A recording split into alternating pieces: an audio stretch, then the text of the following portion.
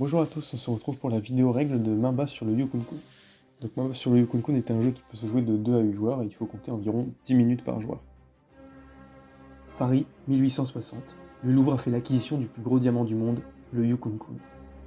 La présence d'un objet si précieux dans la capitale est l'opportunité pour certaines personnes peu recommandables d'amasser des fortunes.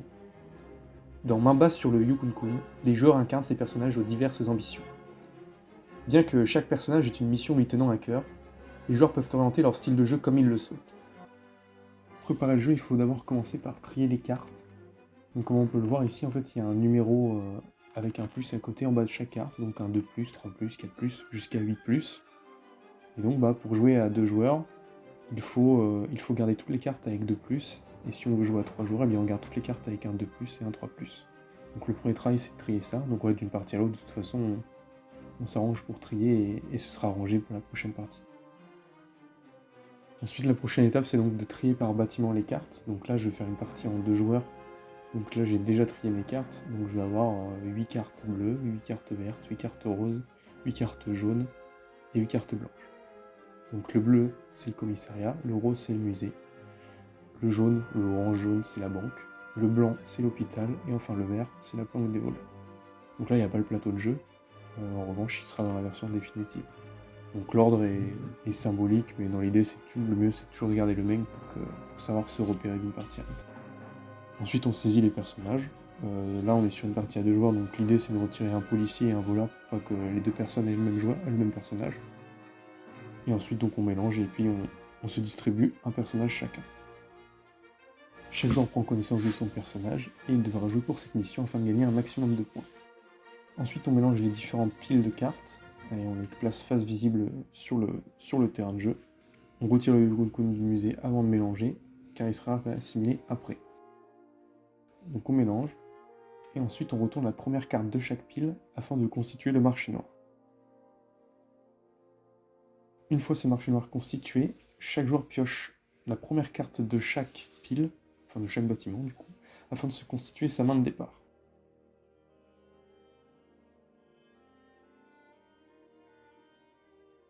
Une fois les cartes distribuées, chaque joueur reçoit 3 pièces de la banque. On peut alors prendre le Yu-Kun-Kun et le réintégrer dans le musée en le mélangeant à la pioche. Et voilà, la préparation du jeu est terminée. Le jeu se déroule au tour par tour, il y a 10 tours et chaque joueur a 2 actions par tour. La première action qu'on peut effectuer, c'est piocher une carte dans un bâtiment de son choix. On peut aussi acheter une carte au marché noir en regardant le prix indiqué en bas à gauche de la carte. C'est le petit icône rouge qui signifie que l'argent va sortir de notre portefeuille. Ici, pour la balle, ça coûte 1 pièce. Si le marché noir est vide, on retourne la première carte du bâtiment correspondant. Il est aussi possible de vendre une carte. Pour cela, on regarde le prix en bas à droite d'une carte de sa main. Donc, par exemple, ici, pour les 4 pièces, elles se vendent 3 pièces. Pour cette carte, on la met sur une des défausses et on récupère nos 3 pièces de la part de la banque. On peut bien évidemment jouer des cartes de notre main. Ici, si on fouille notre main, on trouve une longue vue, par exemple. Et cette longue vue, il est écrit « Regarde les 3 premières cartes d'un bâtiment et en conserve 2 ». Donc on exécute ce qui est écrit sur la carte. On prend 3 premières cartes, par exemple ici du commissariat, donc c'est arbitraire, hein, c'est pour l'exemple, on peut faire sur n'importe quel bâtiment. Et parmi ces 3 cartes, on va en regarder 2. Maintenant, on va regarder une des actions les plus importantes, c'est utiliser une arme. Donc là, on voit que j'ai un pistolet dans la main et une balle. Donc là, je vais pouvoir utiliser les deux. Je pose mon pistolet devant moi et je défausse la balle. Donc ça veut dire que je tire en fait sur mon adversaire. Donc là, l'adversaire regarde sa main et il remarque qu'il n'a rien pour se défendre. Je le touche. Qu'est-ce qui se passe quand il est touché? Je défausse le pistolet parce que je l'ai touché. Et ensuite, il doit me donner 2 cartes. Donc 2 cartes de son choix, en sachant que s'il a le Yu-Kun-Kun, il est obligé de me le donner parmi les 2 cartes. Donc ensuite, moi, parmi ces 2 cartes, il faut que j'en défausse une et que j'en garde une dans ma main. Je défausse la balle. Dans un autre cas de figure, notre adversaire a une armure. Bon, et bien cette fois, il peut jouer l'armure. Donc il peut très bien la mettre au-dessus de ma balle. Et cette fois, je conserve mon pistolet parce que je ne l'ai pas touché. Et puis, le dernier cas de figure, donc je réutilise une balle. Et cette fois, mon adversaire a un bandage.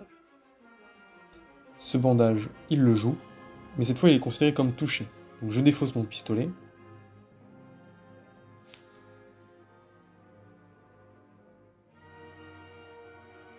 Et il me donne 2 cartes. Parmi ces 2 cartes, je vais en prendre une et en défausser une. Et lui, je repioche 2 cartes. À chaque fois que l'on touche un adversaire, on lui prend une pièce. Maintenant, dans une situation où l'adversaire n'a que 2 cartes et que je lui tire dessus, qui n'a pas de quoi se défendre, eh bien, je récupère ces deux cartes, je défausse une, je garde l'autre, et cette fois-ci, mon adversaire est mort. Donc ça, il faut que je l'indique dans la fiche de score.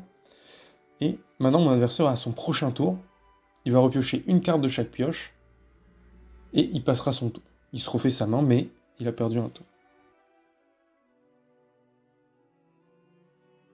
Alors, comme on peut le voir, après cette situation, le commissariat est vide. Donc là, ce qui se passe, c'est qu'on prend le marché noir, on le mélange, on le met face cachée, on retourne la première carte, et puis on est reparti comme avant. Donc là, mon tour est terminé, et maintenant il faut que je compte mes cartes. Donc là, j'en ai 6 ou 7, et c'est trop, puisqu'il faut qu'à la fin de mon tour, j'en ai plus que 5. Donc là, je regarde un peu toutes mes cartes, et donc là, je peux défausser le fusil, parce que j'ai une autre arme, et je peux défausser 3 pièces d'or.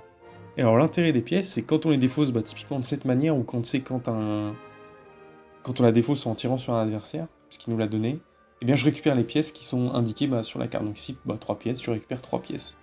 Il se peut également que je finisse mon tour avec le Yukon-kun dans la main. Dans ce cas-là, il faut que je prévienne mes adversaires que j'ai le Yukon-kun dans la main. Et donc là, je l'indique sur la fiche de score parce que ça fait des points d'avoir le Yukon-kun dans la main. Maintenant, imaginons que j'ai le Yukon-kun dans la main, et ma deuxième action, c'est de le vendre. Eh bien, je le mets sur une des fosses, sur un des marchés noirs, je récupère 5 pièces parce que le Yukon-kun vaut 5 pièces. Maintenant, comme le Yukon-kun est face visible sur le marché noir, eh bien, il faut que je le mélange au bâtiment associé. Donc ici, en l'occurrence, c'est le musée. Donc je mélange, je retourne la première carte face visible pour refaire le marché noir. Si jamais je retourne le Yukon-kun, je remélange jusqu'à ce que la carte qui soit face visible ne soit pas le Yukon-kun. Une autre règle importante du jeu, c'est la manière dont on défausse les cartes, dont on joue les cartes. On va défausser sur un bâtiment, puis en fait après il ne faut pas défausser sur ce bâtiment, il faut d'abord défausser sur tous les autres avant de pouvoir redéfausser sur ce bâtiment. Alors pourquoi ? C'est pour éviter qu'on cumule trop de cartes sur un seul bâtiment, en vidant tous les autres, et du coup on profite uniquement de ce bâtiment, et ça déséquilibrerait complètement la partie. Maintenant on va regarder quelques détails sur des règles un peu spéciales du jeu. Donc là ici, il n'y a plus qu'une carte dans le commissariat et une carte dans le marché noir du commissariat. Je vais piocher la carte du commissariat parce que j'ai envie de piocher la carte du commissariat. Maintenant la prochaine carte que je vais jouer ou défausser sera forcément dans le marché noir du commissariat pour pouvoir recréer une pile du commissariat. Une autre règle spéciale, c'est, imaginons là j'ai la carte braquage du commissariat. Mais sauf que mon commissariat, il n'y a que 2 cartes. Et le braquage me dit d'en piocher 3. Eh bien, je pioche les 2 cartes, et ce sera tout. Par contre, on reconstitue le commissariat classiquement, comme avant. Bon, et bien voilà, on arrive à la fin de la partie, ça fait 10 tours de jeu, donc maintenant on peut révéler nos personnages. Donc là, celui du bas était la voleuse, et celui du haut était l'assassin. Donc là, il faut qu'on regarde où se trouve le Yukon-kun, parce que la voleuse, elle doit censée l'amener dans sa planque. Bon, et bien en l'occurrence, il n'y est pas, car il se trouve dans le musée. Et donc, personne ne remporte les points liés à sa mission. Donc maintenant, je vais vous mettre une petite infographie pour les points. Donc en fait, c'est la fiche de score qui n'est pas disponible dans la version d'essai. Et je ne sais pas si elle sera disponible dans la version finale, tout simplement pour des raisons d'imprimerie. Autant avoir un petit papier sur soi. Et donc, voilà, sur cette fiche, on voit le récapitulatif. Donc, il faut que chaque joueur, on note ses victimes. Donc quand on a mis quelqu'un à 0 cartes, le nombre de fois où il a terminé avec le Yukon-kun dans sa main et ses pièces. Et donc on gagne 1 point pour chaque lot de 3 pièces. Quand on est le banquier, c'est le double, et tout ça c'est écrit dans les règles. Je vous remercie d'avoir suivi la vidéo jusqu'au bout, et je vous invite à suivre le compte Instagram, le compte Facebook, et éventuellement venir nous rejoindre sur le site internet pour découvrir comment obtenir le jeu.